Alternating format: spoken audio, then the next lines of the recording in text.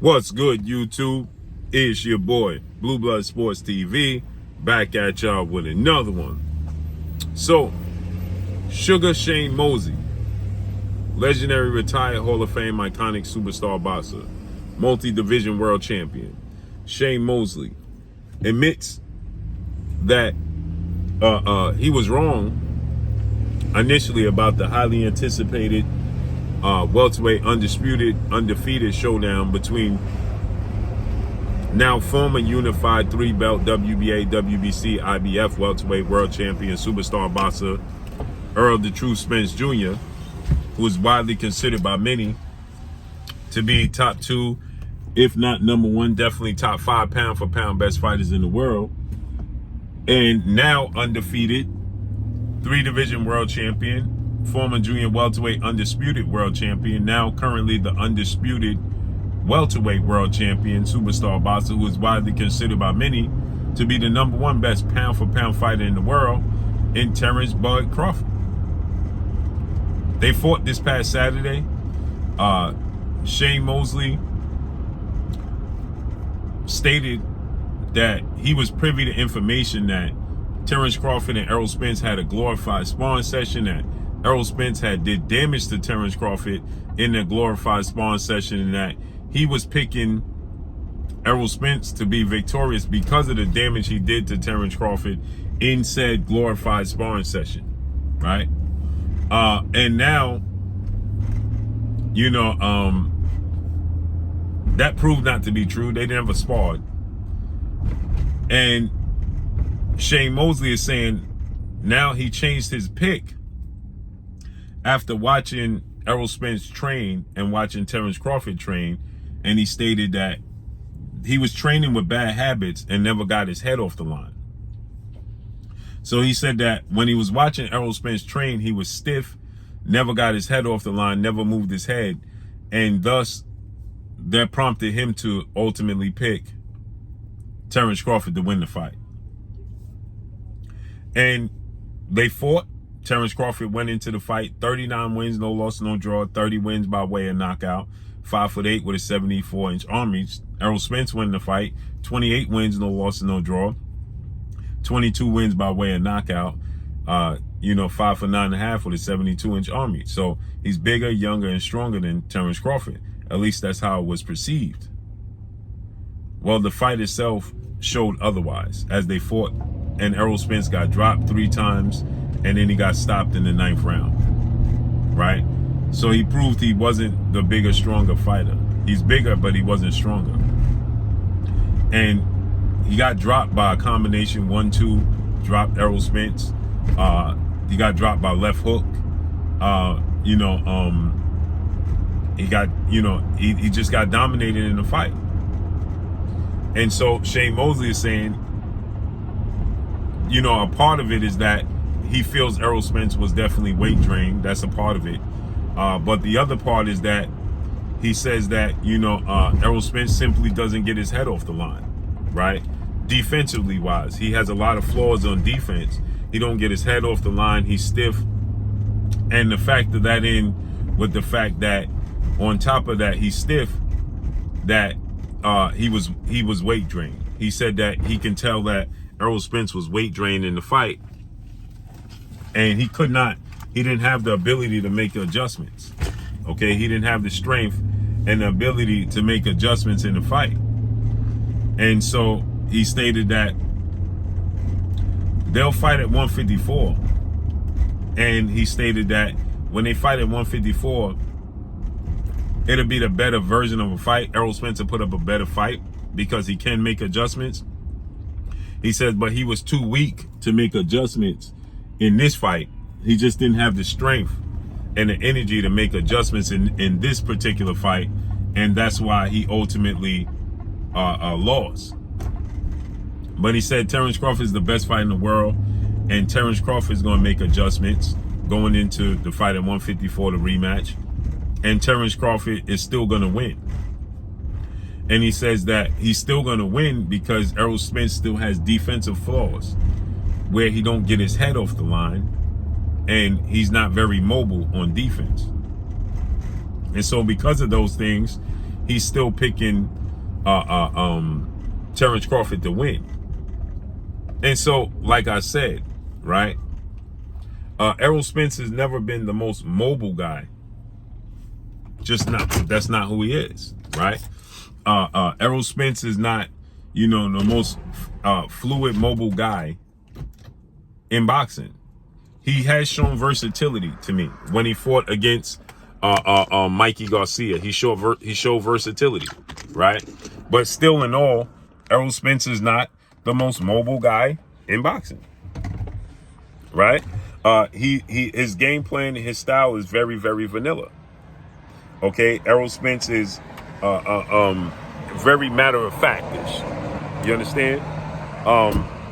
He doesn't have, very quick twitch fiber muscles. That's not who he is. That's not what he presents. And it showed. Period. It shows up. So again, like I said, in this fight with Terrence Crawford, right? Terrence Crawford is the more twitchy athlete. Period. How you guys doing? Hello. Good. How you doing? Good. I thank you. You're welcome. Yep. Thank you. Have a good one. You too. Bye-bye. Blessings to you guys. Yep.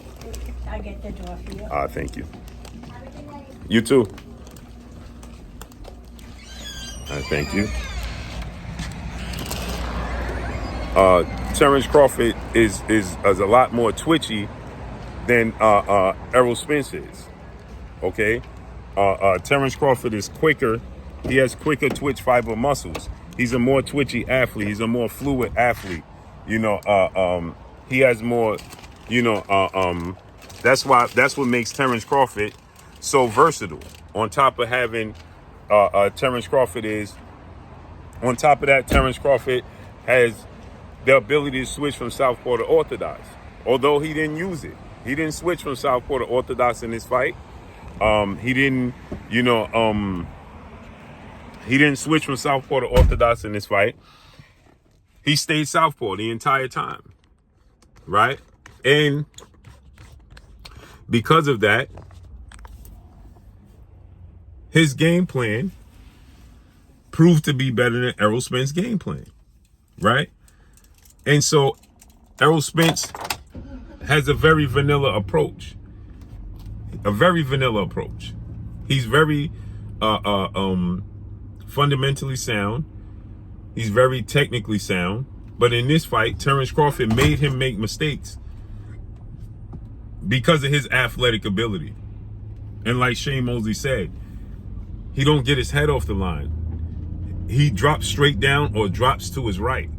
He's predictable with his defense. And before the fight, as I told you guys, Errol Spence gets caught in this no man's land area. And Terrence Crawford specializes in the no man's land area. Errol Spence gets caught in the no man's land area. That's the area where he's trying to work his way in because he has an extremely high work rate. He's fundamentally sound and he's very durable. And so because of that, right, when you have those things, he overwhelms his opponents. He doesn't have one punch knockout power, but he overwhelms his opponents with his work rate. And he's physically strong and he's fundamentally sound, so he's consistent. He consistently hits the same spot over and over again. Like I told you guys, it's like a torture method, right? When you keep hitting the same spot over and over and over, a drop of water on your forehead over and over and over in the same spot will put a hole in your head, right? Although a drop of water is very light, but consistently hitting the same spot is going to do damage. That's what Errol Spence is. He consistently hits his mark. But not being twitchy, not being quick, Terrence Crawford's quickness, his athletic ability, and his power, it lowered Errol Spence. It rendered him inactive, as I told you guys. It lowered his work rate. And because he lowered his work rate, it made Errol Spence, he hindered him. He disarmed Errol Spence and what he does great. And because Errol Spence makes those grave mistakes, as I told you guys, the no man's land area, you could go back and check the receipts. I've been saying this. He gets caught coming in and he gets caught going out. But his work rate allows him to eventually make his way on the inside. If you look at Errol Spence's fight with Kell Brook, He got caught in the no man's land area consistently. Kell Brook couldn't finish him. Jordanus Ugas caught him consistently coming in that no man's land area consistently. Okay, he gets caught in those areas. Even Lamont Peterson caught him in the area a few times, but they don't have the tools, the skill set, the power to capitalize on it. So he still overwhelms them, right? And so when you look back, right, Terrence Crawford's jabs and his counterpunch ability in that no man's land area, as I told you guys, that Errol Spence consistently gets caught in. And why I call it the no man land area for Errol Spence is because defensively he's not responsible in that area. So you don't want to be there. It's limbo for him. He don't want to be in limbo because defensively he's not responsible in that area. And he gets caught in that area. And he got caught in that area. And he got dropped in that area. What did he do? Terrence Crawford jabbed him to the body. He tried to get his lick back, go right back, answered Terrence Crawford with a jab, his own jab to the body. Got caught in that no man's land area with his hands down, out of position. Terrence Crawford caught him with a 1-2. His jab, Terrence Crawford's jab is not a jab. He's a southpaw that's truly an orthodox fighter. So his right hand is actually a straight right hand. So his jab is actually considered, is actually, a straight right hand. It's not a jab. It's not your typical rangefinder or distance control or active just controlling your opponent jab. That's not what it is. A point scorer. His jab is thudding because it's actually his lead hand. It's actually his power hand.